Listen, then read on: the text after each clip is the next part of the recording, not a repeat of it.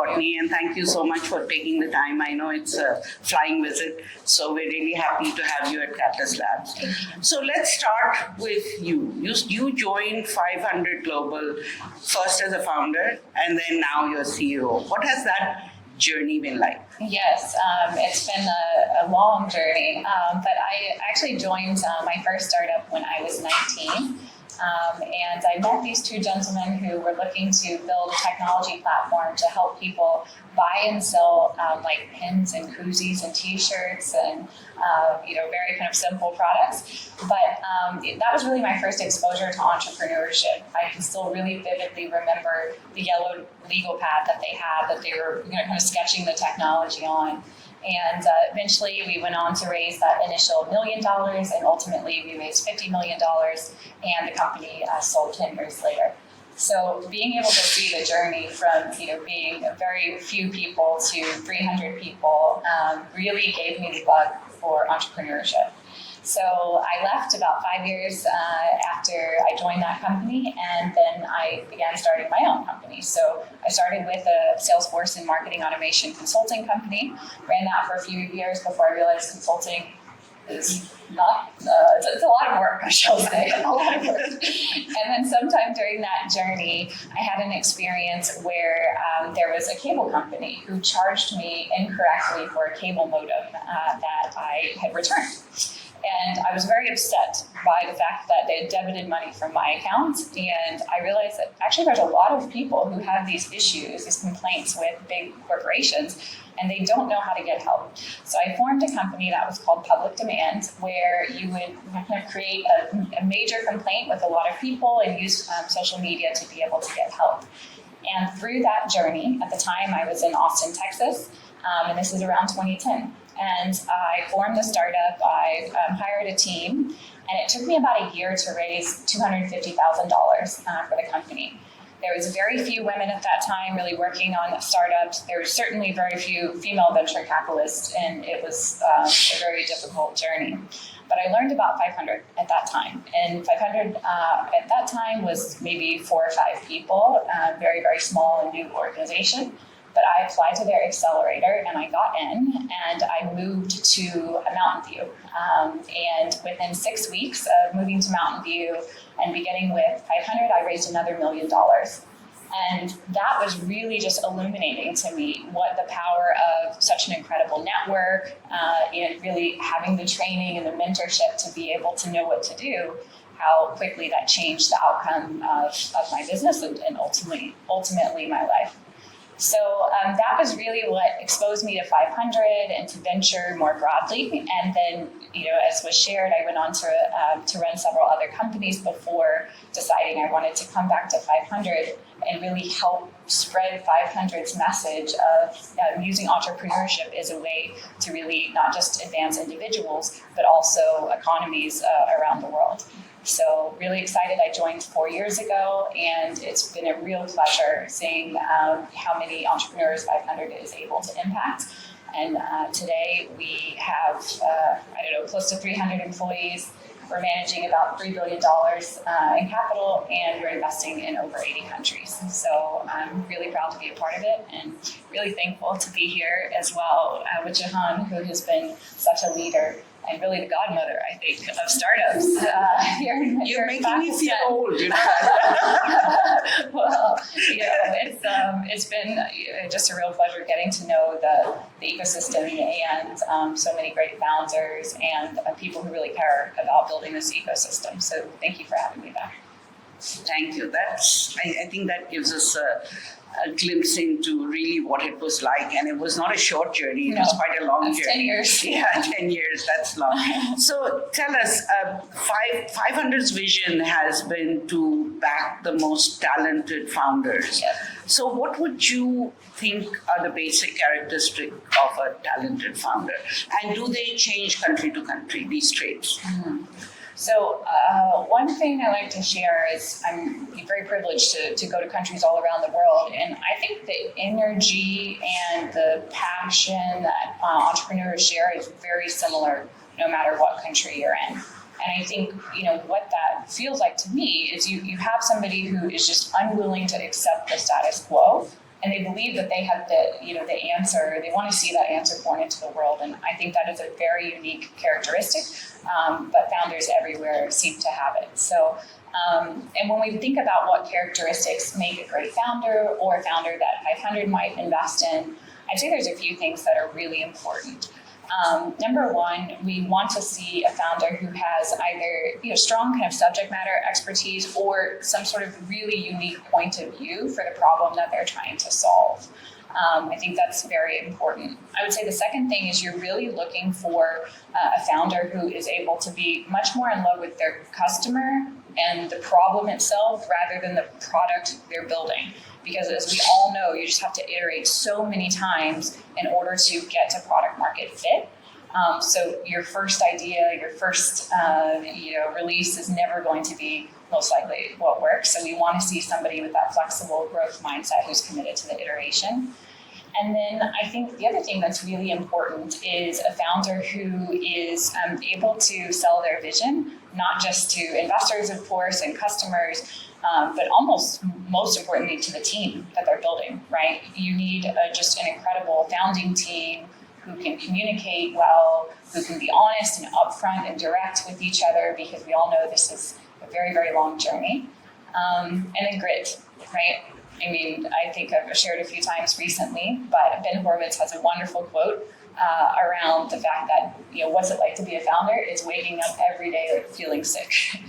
And I mean, it sounds harsh, but I feel like that's very true. You go through so many ups and downs, within the course of a single day.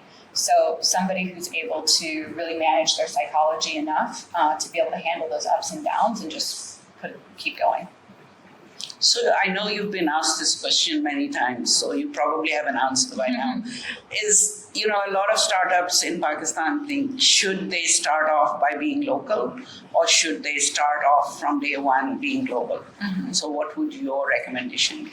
Yeah, I mean, I think this is a great question and one that we hear across many markets. I mean, clearly 500's belief is that being global is a wonderful way to think, generally speaking. But I think, especially in a market like Pakistan, there is an opportunity to be able to start a product, to iterate on the product, to be able to manage cost really well, and really kind of fine-tune what your offering is. But that doesn't mean that you don't want to think globally from the beginning as well. So, we've seen a lot of models where it might, work for Pakistan, and it also might work in other similar markets.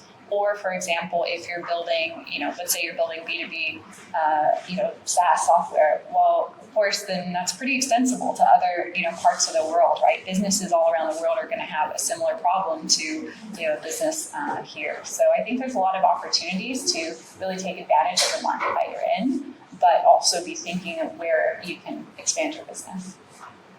And when they're scaling, when they're planning to scale their businesses, whether locally or globally, what are the things that startups should keep in mind? So I think a lot about scale and expansion into new markets, because even in my role as 500, that's what we're doing with our funds and our programs.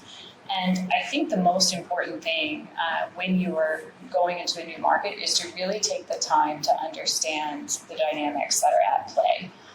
Even though your product offering, might be appealing to a particular new market, you have to understand how people are making purchasing decisions, culturally, how they think about spending, how they think about making the case to buy your product if it's B2B within an organization. So there's just really a lot of localization that needs to be considered.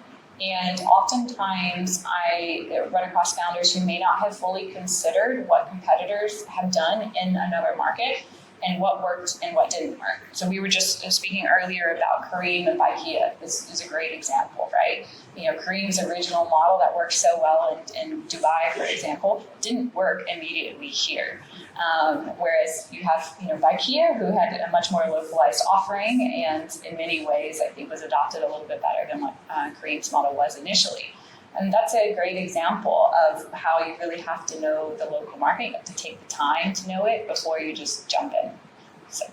So the diverse markets that 500 has invested in, what have you seen as working, and why has 500 been keen to invest in some of those ideas? What is it about those ideas that you have found to be the reasons for making the investment? So I think one thing that's important to keep in mind from a venture capitalist perspective. So we talk a lot internally about venture math, right? So what is venture math? For somebody like 500, we're getting tens of thousands of pitches and applications every single year. We might invest in 1% to 2% of those pitches and applications. And then looking at our stats, about 2 to 4% of the 1 to 2% we've invested in go on to become unicorns. The math on that is pretty telling, right? So what we're trying to do is really learn lessons about what sorts of businesses have the true scalability and the true hyper growth that a venture capitalist is looking for to return their funds. So we have identified several models that we really like and we think can work well globally. And so what we're looking for is often what is a truly scalable model with low marginal cost. And that to me is a definition of a tech startup. I think the definition of tech startups has really gotten muddled over the last few years, but we're looking for a low marginal cost, true scalability, and that often comes in looking at primarily software, a lot of great opportunities in fintech and ed tech and others. But I think, at least for us, we've kind of moved a little bit away from more tech-enabled businesses. We're looking for true scalable technology. So some of the ones that you've invested in, how about giving a few examples of those that have really caught your attention and have proven that their models actually work?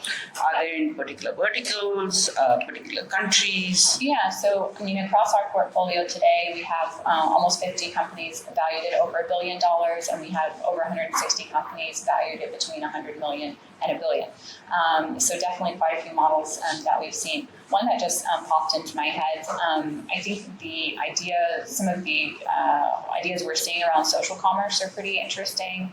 The combination of having a more localized sales platform that a single vendor can then customize. So I'm thinking about Publik, for example. Even Retailo here, we like that Retailo model. We've invested in a number of models like that around the world. A lot of the fintech models that we're interested in, I think there's still a lot of opportunity to grow. We invested in Credit Karma quite a ways back, and we've looked for similar models to Credit Karma. Other examples that I'm trying to think of recently, more on the health tech side, we've backed a few of the prescription, like B2C and B2B prescription models around the world. Ed tech, I personally really appreciate ed tech, not just because I think it's a great business, but also because I like the impact that ed techs can bring. So we invested in a company based out of Saudi Arabia that's called Masara. They've scaled that model not just in Saudi, but now across Africa and even moving into Pakistan. And so we look for similar models in ed tech as well. Okay. So other than the funding, what else does 500 offer? Is it mentorship? Is it connections? It'd be good. Let's not focus just on the money. I think there are other things that are of value. Yeah, so, with 500, we take a pretty unique approach to venture. And because we believe that our way to contribute to the world more broadly is by enabling entrepreneurs and supporting economies as they're growing through their entrepreneurial journey. So we have a framework that we use that we call the Eco 6. And the Eco 6 is actually looking at what are the 6 key areas across any economy, any startup ecosystem that might need support. So the first thing we're looking at is actually the kind of entrepreneurial talent, the actual startups that are occurring in any one market. Then we take a look at what the education system looks like and really, how entrepreneurs are learning the skill set as they go through their schooling to be able to start a company. Then very critically, we spend a lot of time working with policymakers and governments to understand the regulatory frameworks and whether those regulatory frameworks actually support innovation. We know how important it is for an entrepreneur to be able to get a low cost and a fast commercial registration. We need an EMI license to happen quickly. We need visas to be able to bring talent into particular markets. So we spend a lot of time working with governments to really build out these frameworks. We also take a look at what we call market access. So it's really key for a market to have connectivity with other key global markets around the world in order for the global scale that we've just spoken about to happen. A couple of other areas we look at is general support platforms. So, we talked a little bit about, obviously Catalyst is a great example of a support platform for entrepreneurs. We need to see a high volume of programs like this in an ecosystem in order to see it thrive. And finally, we also want to look at what the corporate involvement is. Corporate involvement is I think, actually under-discussed, but you need exit pathways beyond just an IPO. So we want to make sure that corporates are playing nicely, with the startups and in particular ecosystem. So we actually have programs across all of these different areas where we're coming in, training emerging fund managers, training angel investors so they bring fair terms, for example, to founders. And as I said, working with governments as well to help plot a trajectory for the ecosystem that's realistic and attainable. So in Pakistan, have you had the opportunity to meet up with any policymakers or any stakeholders, and what have those conversations led to? I mean, is 500 thinking of coming to Pakistan, starting investing or starting some of your programs here? Yes, so I have had the opportunity over the last 2 years to meet with several policymakers here in Pakistan and share our feedback with regard to what would be helpful for the startup ecosystem. Now, obviously, whether or not those things get implemented, I think is, with any government around the world, all of these things take time. But we're very hopeful that in the future that there will be really reforms that support entrepreneurship. With regard to Pakistan, so we made our first investment in Pakistan in 2016. That was into Marhor, the shoe company that was going online to offline. The two founders, which also included a female co-founder, came to our accelerator in Silicon Valley. And as everybody knows, it ultimately became Adam Shoes, which is a brand amazing the world knows today. Since then, I think we've invested in 4 or 5 more Pakistani companies, and we've invested about $20 million in the last 3 years here in Pakistan.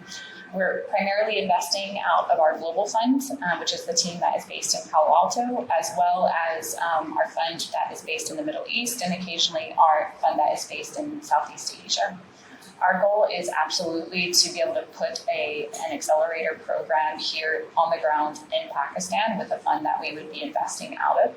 It's going to take some time to be able to structure that and bring that in a way that is going to be not just suitable for 500, but also I think what is going to work for this particular ecosystem.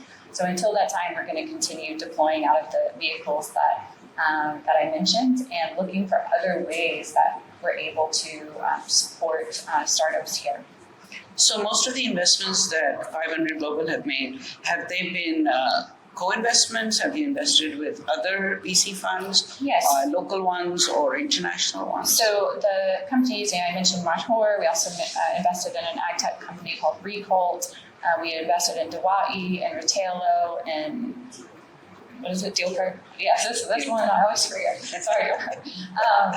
And yes, across those investments, I believe Retailo, we invested with Sharuk and others here as well. So I think one of the things that I was sharing with Jehan earlier is I really, taken notice to the number of firms that have been developed here in Pakistan over the last few years. So we worked closely with Zain, with Indus. I love what IUI and that group has done as well. And we've also been fortunate to train a number of the fund managers here in Pakistan through our Venture Capital Unlocked program. So we've trained over 1,000 emerging fund managers around the world, including Ali Maktab here and Faisal from Zain as well. Okay, that's terrific. So does 500 make one investment, or do you also make follow-on investments in your portfolio companies? So we have over 30 funds around the world, and every fund is going to have a different mandate. But typically with our seed funds, we do keep what's called reserves for follow-on investing. In addition, the global fund that we have actually acts as a follow-on vehicle for select companies in all the seed funds around the world. So an example could be, let's say we invest out of our Middle Eastern fund at the seed stage into a company. Our global fund can then come in and follow on and lead, a Series A, or in some cases a Series B. Okay, terrific. So have you seen through all the investments that 500 has made globally, have you seen collaboration happen between founders that have come to your fund? Have you seen, them working together to grow in a market rather than just look at themselves individually? Yeah, so I think that's one of the real values that 500 is able to offer portfolio companies, which is whatever model we've invested in here in Pakistan, we've seen in other areas. So thinking of the Classera founder again, who had an interest. We invested in Udemy. Yeah. And so, we're able to share some lessons there, make introductions there. And this happens, frequently. We really want to connect people to help them to learn from, what others have gone through. Okay, so now since we see more and more of you in Pakistan, we are hoping that means that your interest in Pakistani startups is increasing. How have you seen the market change over the time that you've been coming to Pakistan, and what do you see happening that is positive, and what is there that we should put more focus on? So one point that I already mentioned is just the development of the venture capital community here. Yeah. Has changed a lot since at least I first started. I'm really looking at Pakistan in 2020. And then over the past couple of days, I've been in Islamabad and had an opportunity to meet. I don't know how many startups, but a lot. And one thing that was really clear to me was that the verticals that I was hearing about had shifted a little bit. So the first year I was here, I was hearing a lot about ag tech. I was hearing a lot about e-commerce. And this time that changed. I was hearing more about B2B. I was looking at some procurement products. I was seeing a lot of ed tech products. And I thought that the maturity and the traction of the pitches that I was hearing had shifted quite a bit, from the first time that I came here. The other thing I think, which is a positive, is you're seeing a lot more global connectivity. So I am seeing a lot of Pakistani and Middle Eastern collaboration going on right now, which I think is fantastic because there's a lot of similarities. For example, when I think of Pakistan, I think a similar market is Egypt or Indonesia. So I think there's a lot that can be learned from establishing these corridors, which is great. And I also think that there's such a strong Pakistani diaspora. And so I think a lot of the work that PakLaunch has done has brought much more awareness within the US venture community or angel community with regard to what's happening here on the ground in Pakistan. So all of these things are positive.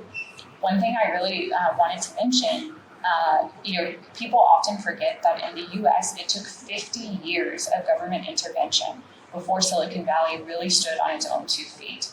And in our assessment, it takes roughly 15 years of direct government intervention before we see a market move from nascent to emerging, and sometimes even longer to go from emerging to advanced, which oftentimes is based much more on macro conditions. So we're in the early innings of what is developing here within Pakistan. And I don't think that the trajectory we're on is uncommon.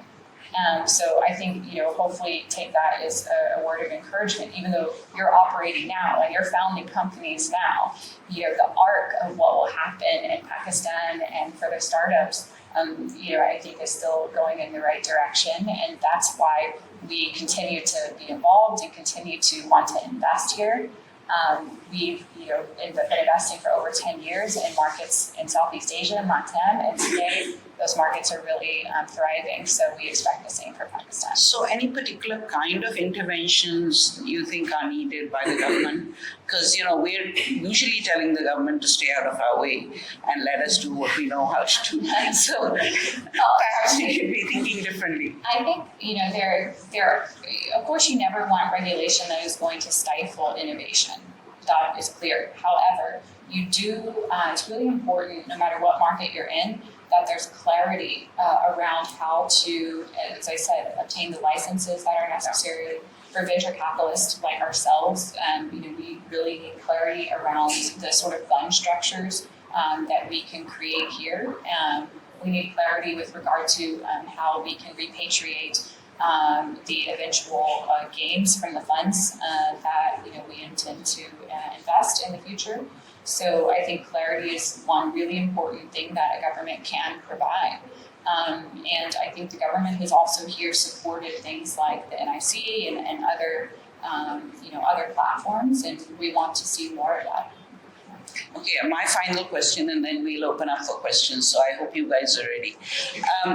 Has 500 invested in any AI or generative AI startups? And there's a lot of talk about ethics and things that one should watch out for when starting an AI company. So a little about that. Sure. So we often get asked, are we going to have a dedicated AI fund? And we're not. We're not, because AI is already insidious across every single vertical, up and down, the supply chain, right? So yes, we are absolutely investing in AI across the board in many countries right now, and we will continue to do so. But it reminds us of people asking early on, would we have a mobile fund, which by the way we actually did. Or would you have a Web 2.0 or Web 3.0 fund? But what happens is once a new kind of protocol and platform gets developed, and it just moves across everything. And our investment thesis is really stage driven. So we invest in seed, Series A, Series B, and Series C, and sometimes even later now. And then we focus on the geography. So that's how we form our theses. And then what was the last question? I forgot. So ethics. Ethics, yes. It's related to AI. Yeah, so I think this is a really important question. And actually, October 5th in Washington, D.C., we are hosting a conference that is called Up Next. And Up Next is going to be a conference where we invited top venture capitalists, the top CEOs, as well as policymakers and ministers from all over the world, including one particular minister of AI. And we've invited these people to come together to discuss many things related to the regulatory framework, including AI. So it is something that we are taking seriously. Thank you so much. Okay, guys, over to you. Please introduce yourselves and then ask your question. Yeah, please. Yes. Hi, my name is Nafish. I'm the founder of Super Splash. It's an e-commerce platform, e-commerce fashion platform. And my question was, what are your views? I'd love to hear on the investability of solo founders. Good question. Solo founders. First of all, I love e-commerce. What do we do? Real? Yeah, it is. Yeah. We're curated marketplace. Oh, okay, amazing. So investability of solo founders. Okay, so I'm going to give you a really direct answer, which is, as a venture capitalist, one of the things that you're really thinking about is risk associated with the money that you're investing. And you're managing money on behalf of real people, on behalf of pension funds and hospitals and other individual money, government money as well. And so I think some of the issues that a single founder faces is that there is a much greater risk that if something happens to you or you decide you no longer want to do the company, then that the company won't survive. So generally speaking, that's why venture capitalists are reticent to invest in solo founders. That being said, it doesn't mean we don't do it. We certainly have, and I can think of a number of cases where we have, but I would say that your ability to show that you can execute and the ability to show that you are managing that risk of being a solo founder is going to be really critical. Yeah, next. Yeah. Yes, you. Hi, my name is Gaurav. I recently joined Fabdar for a starting role, and we are planning to raise funding next year, follow on fundraising next year. And you mentioned that your investment thesis is very stage driven and geography driven. So I really want to understand, how does a Series A fundraising round in Pakistan for you look like? What do you recommend to us and all of those who are planning to raise a Series A fundraising? So we'd love to learn that. Yeah, so right now, I think the best way to be considered for funding for your company from 500 is to apply to one or two programs that we have. So just by the way, if you go to our website, which is 500.co, you can see a list of all of our funds, all of our programs, and what that consideration process is going to be. So for the companies in Pakistan today, the best option is to apply to the accelerator that is happening in Silicon Valley. That is a four-month program that ends in a demo day, has a dedicated amount of funding that comes with it. And frankly, sometimes the Series A in Silicon Valley is often a larger round and a higher valuation than what might be happening here today. So you may think, oh, I'm too late for an accelerator, but in Silicon Valley, you may not be too late for an accelerator. And then oftentimes, some of our funds, as I said, are follow-on funds. So our preference is usually to start investing in a company at the seed stage, because then we have the opportunity to follow the founder, as things progress in the business. So that's my advice today to seek funding from 500 is to go to our website and identify what program, what geographies might make sense for you. And then there is a team, many teams that go through every single one of those pitches and will reach out if it makes sense. Gaurav, were you asking from the perspective of being a VC fund yourselves as to what you should watch out for? No, I was asking from the perspective of helping the founders raise follow-on funding. So Okay. I'm asking for that as well. Okay, great. Anybody else has a question? Yes. You said that you joined. Can you introduce yourself? Yes, I'm Jehan. I am founder of the Roots. It is a marketplace for leaders. So I was asking that first, there are two questions. First, when you join, like you are accepted as a founder in Untitled Chapter, do you think that you have the characteristic that 500 global was looking for? Yes. I did think that I had those characteristics because by that time, I had already run 2 companies.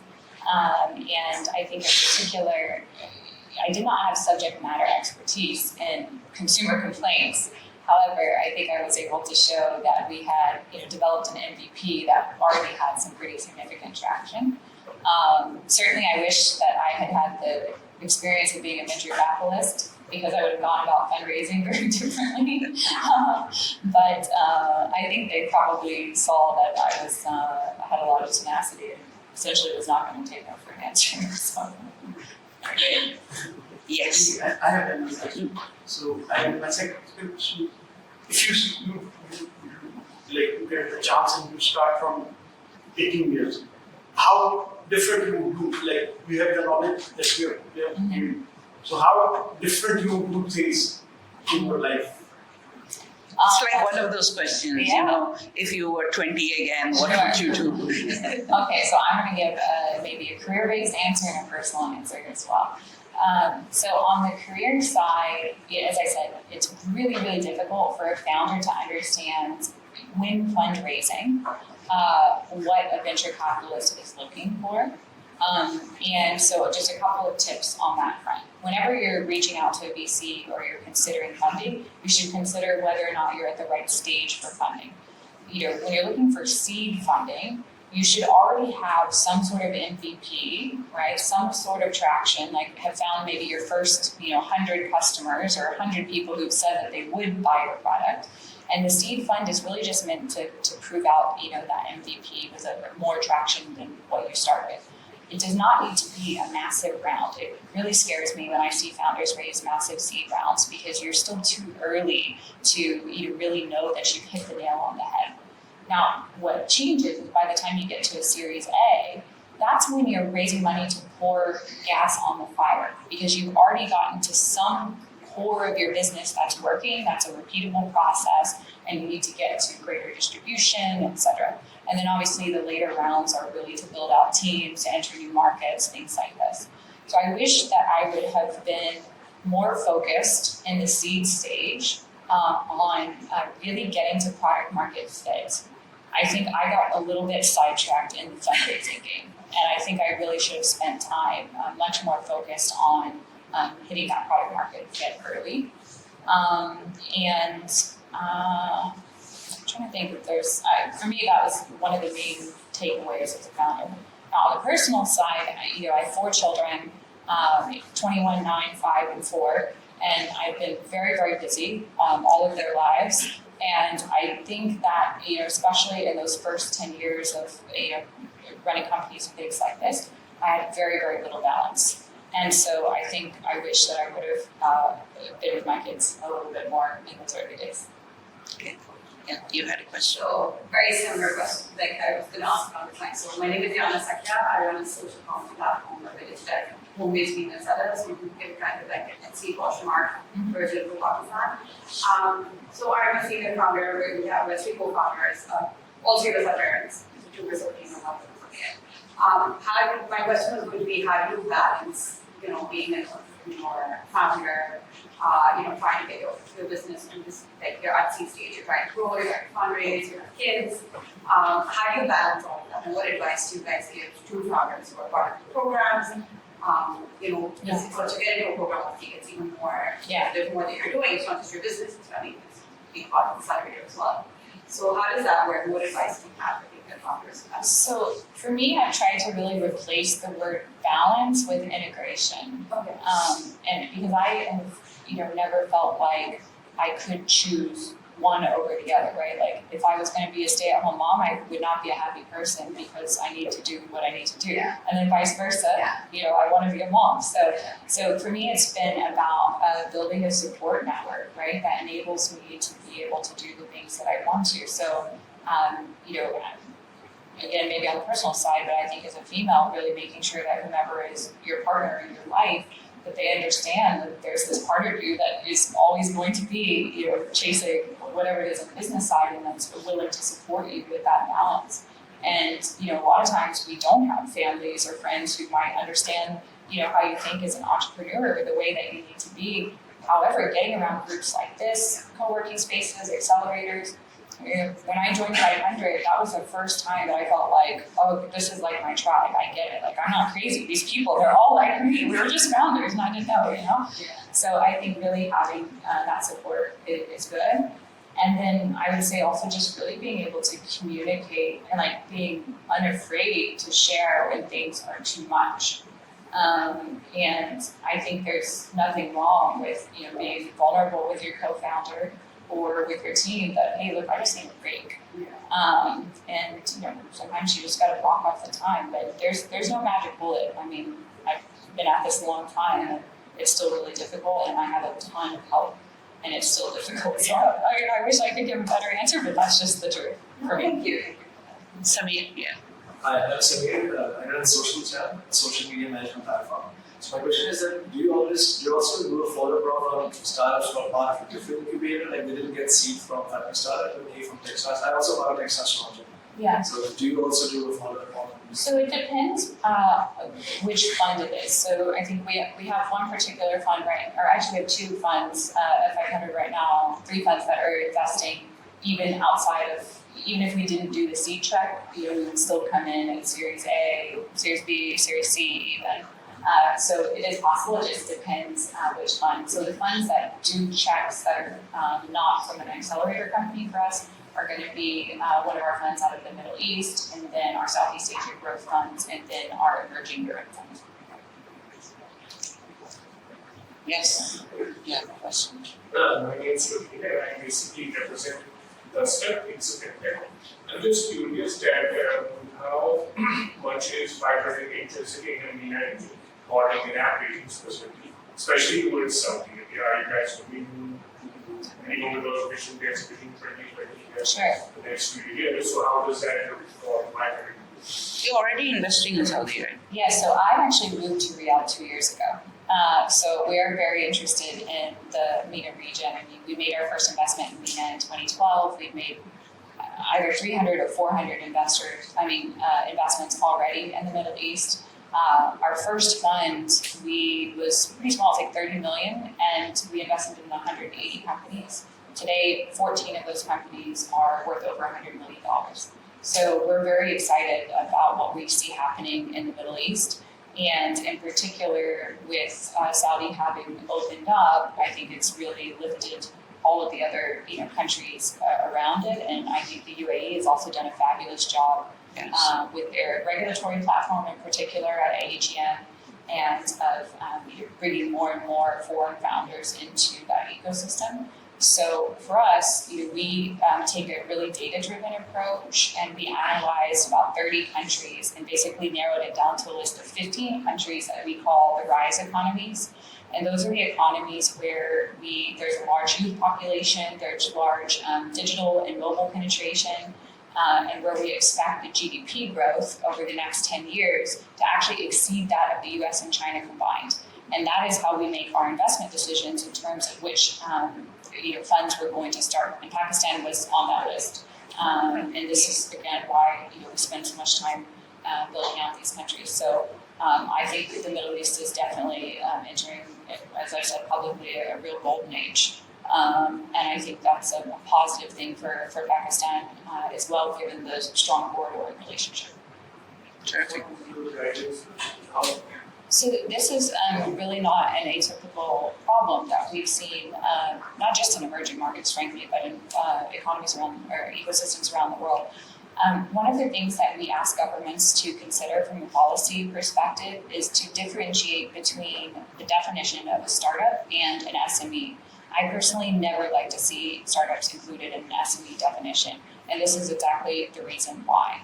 Startups have a very different, P&L, balance sheet, growth trajectory than that of a brick and mortar. And what happens today is that banks, whether you're going to a bank for lending or you're wanting to seek a license, you do not want to be judged in the same way that a pizza shop or a mall is going to be judged. Startups have their own unique set of circumstances that need to be considered. So one of the things we do is try and give our feedback to the central banks and the regulatory authorities with regard to how startups are going to need more flexible terms. And I think this is often something that takes quite a long time to be adopted because there's a lot of real considerations that the banks have to make sure that the public continues to be taken care of. And so I think today what we're seeing is those countries where they have a really strong regulatory platform or sandbox for these sorts of opportunities is where we see a lot of these sorts of companies going. So, I mentioned ADGM. ADGM has a really good platform for testing out fintechs. DIFC in Dubai has a really great platform as well. Singapore has another interesting platform. So, I would say until that time that you're able to obtain a license within the market that you're in, you may need to consider, whether or not you would have to go with another regulatory body. Yes, Rahim, and then Bilal. Hi, my name is Jehan. I'm launching a auction site in Pakistan. I'm torn right now between raising money or bootstrapping my way through. We could bootstrap. What we feel is the benefit of being an accelerator for evolving the business connections would be very useful. But we don't quite need to raise money. What is your business again? Auctions. Auctions? Yeah. Okay, what kind of auctions? For individuals. Just general, like eBay for Pakistan. Okay. Maybe a TikTok role.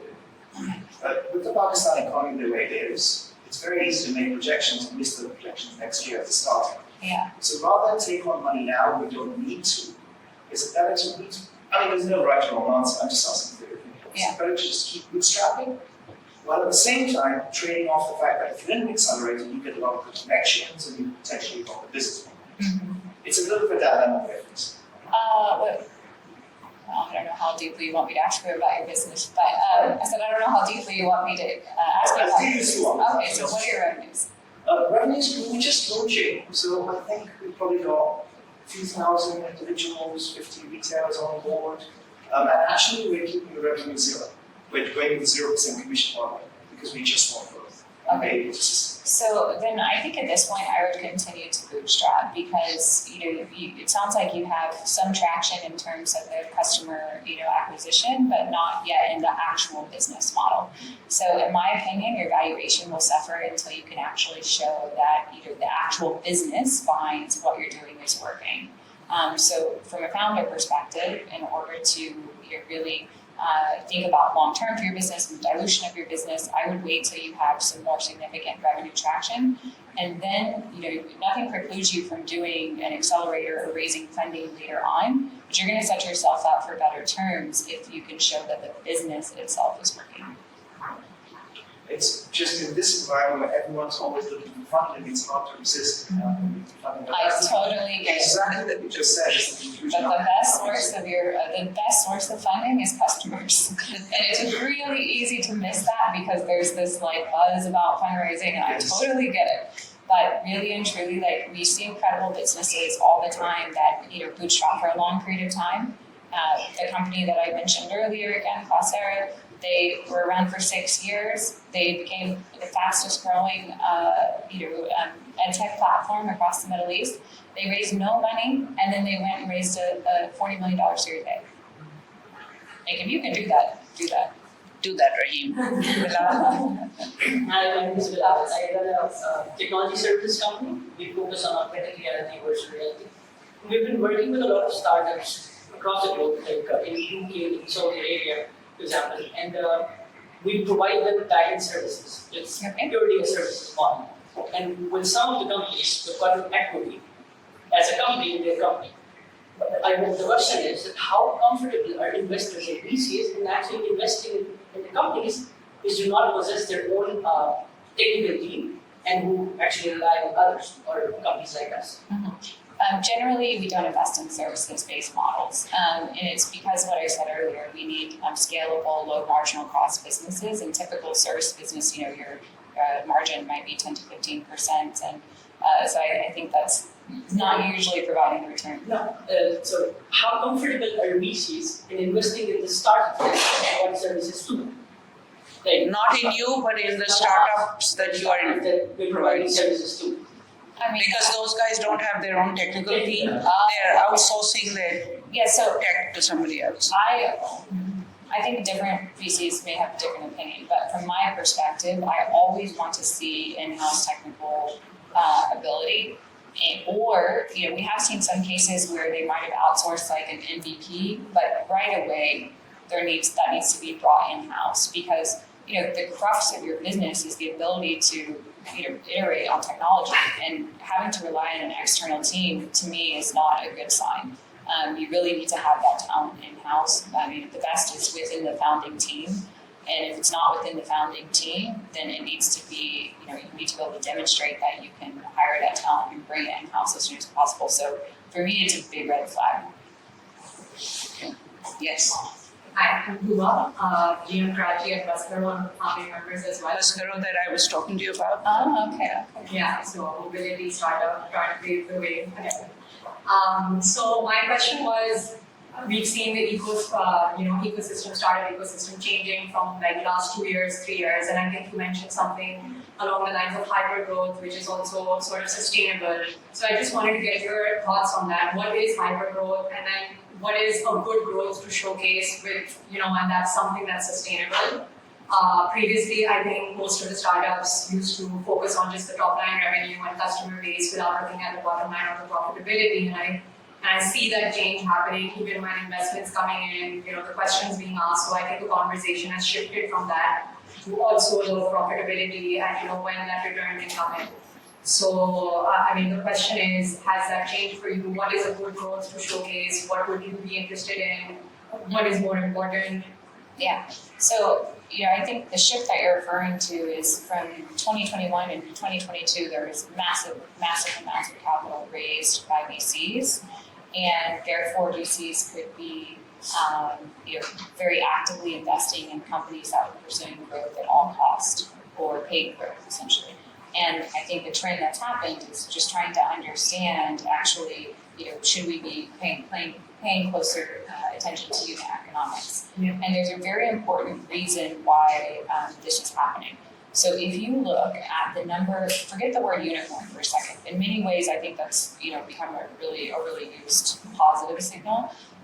When you look at the actual exits across tech, so listings and how well those listings have held up, the numbers have not been great over the last 10 years or so. And so we're trying to really kind of balance out how long you can keep feeding huge dollars into a startup and see it exit, and ultimately if it doesn't provide a return, that's a real issue. So to your question specifically, the growth rates that are expected, I think, greatly vary by industry. You're going to have things like AI where, right now we're just trying to see adoption, right? Obviously, ChatGPT got to like 1 million users in 1 week or something crazy. Within your industry, where there's a little bit more of a track record, and we've seen companies like, Green or Uber or Gojek or whoever exit already, then I think there's going to be a pretty clear rate of growth that would be expected. Now, I'm not a specialist in mobilities, but I'm sure, you'd be able to find those listings. So look for your comparable markets, look at what the exit rates have been and how those IPOs have held up. And then I think you can back into what an investor is going to want. So I think we are already doing that, but even the situation that Pakistan's in right now is really, has sort of shifted the paradigm and just the general growth rates and everything. Yeah. Which brings me to, sorry, just to follow up. No problem. Generally, we've also seen, previously if you used to talk to 50 investors, 3 would give in, 5 would give in. Now you talk to 200 investors, 450 investors, rejections, and then 1 comes through. And I think that has also to do with Pakistan as a macro economy. Do you think that shift, you said previously Pakistan was on the list, I think, for your growth markets. Do you think that Pakistan's economy is going to impact your decisions, regarding investing here and the funding here? So, for 500, we have a different model than most VCs in the sense that we're financial investors, but because we are investing in nascent and emerging markets, in addition to more advanced markets, we take a really long-term view on a market. Most funds are not set up to be able to do that. They may be investing in one country with one fund and they just don't have the size that 500 has. And so maybe they would have a different answer than I do, but we have a long-term view. We're going to continue to invest into Pakistan. And then with regard to the hit rate, if you will, of talking to VCs and getting funded, that's not just a Pakistan problem. That's happening all over the world. And it happens to VCs as well who have to raise money. It's just a tough time to get people to part with their money because of the macro instability and the fact that the interest rates in the US are so high right now. You used to be able to get free money, and now you can put your money in a treasury bond and get 5%. So I think people are just less likely to deploy into venture, and the result is that venture capitalists are going to be perhaps a little bit more discerning with the investments that are being made. But it's a cycle. It will get One final question, and then we have to wind up because Courtney has limited time. Okay. Yeah. My name is Jehan and I'm the product manager for a health tech company. It's GrowDog, and we've already bootstrapped a certain amount of money, and it's in its pilot stages. I just want to ask you, I think, for a company that is based in health tech, if you want to move towards another market, so let's say we are moving towards MENAP, or we want to move to developed markets like US or Canada. So what would you think in the health tech space right now, which is a better market to focus on and target on? And what are your views on that regarding health tech? So I think you mentioned MENA. I think Hub 71 in Abu Dhabi has a really good platform with regard to health tech because of what G42 has done there. They're able to really focus on helping you get connected with pilots, and they really innovate in a very interesting way across health tech. So just off the top of my head, I do think that they have a good system for startups to get plugged into and kind of test their models, and they seem really flexible to do that.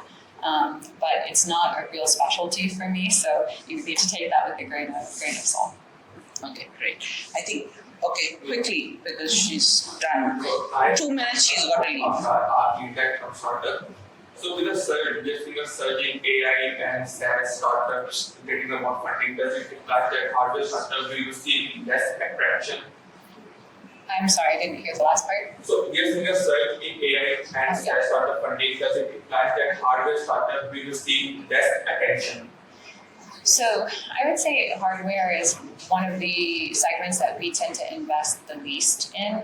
So I'm a lot less familiar with that market. But I think what we have seen happen is a lot of specialization across VC, where you have VCs that just focus on hardware. And so I don't know that there would necessarily be a correction there. I just think perhaps it's a different type of investor who is looking at, primarily software-oriented or consumer companies versus that of hardware. So, sorry, I can't give a better answer on that. No, thank you very much, Courtney. That's been very interesting. I'm sure everybody's taken something away from what you've said, and we hope to have you back again soon. Yes, thank you so much. Yeah.